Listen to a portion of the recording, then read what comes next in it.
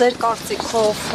եկեղեցու շուրջ սկսված այս զարգացումները ինչ վտանգավոր հետևանքներով են հղի, որովհետև այդ սև ու սպիտակը կարծես թե նաև առաքելական եկեղեցու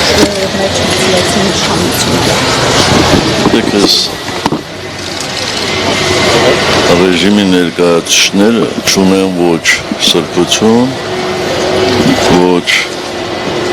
բարոյականություն և ոչ էլ արժանապատվություն։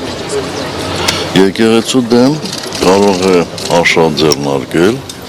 մարդ, ով ունի հոգեկան խնդիրներ կամ լցված է ամբողջովին չարությամբ, կամ էլ կատարում է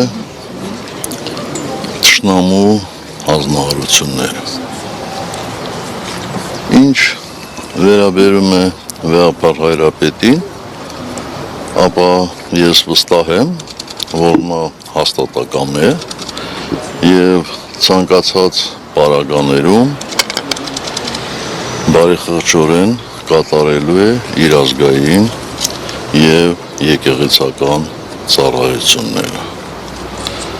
բայց բոլորիս էլ հայտնի է, որ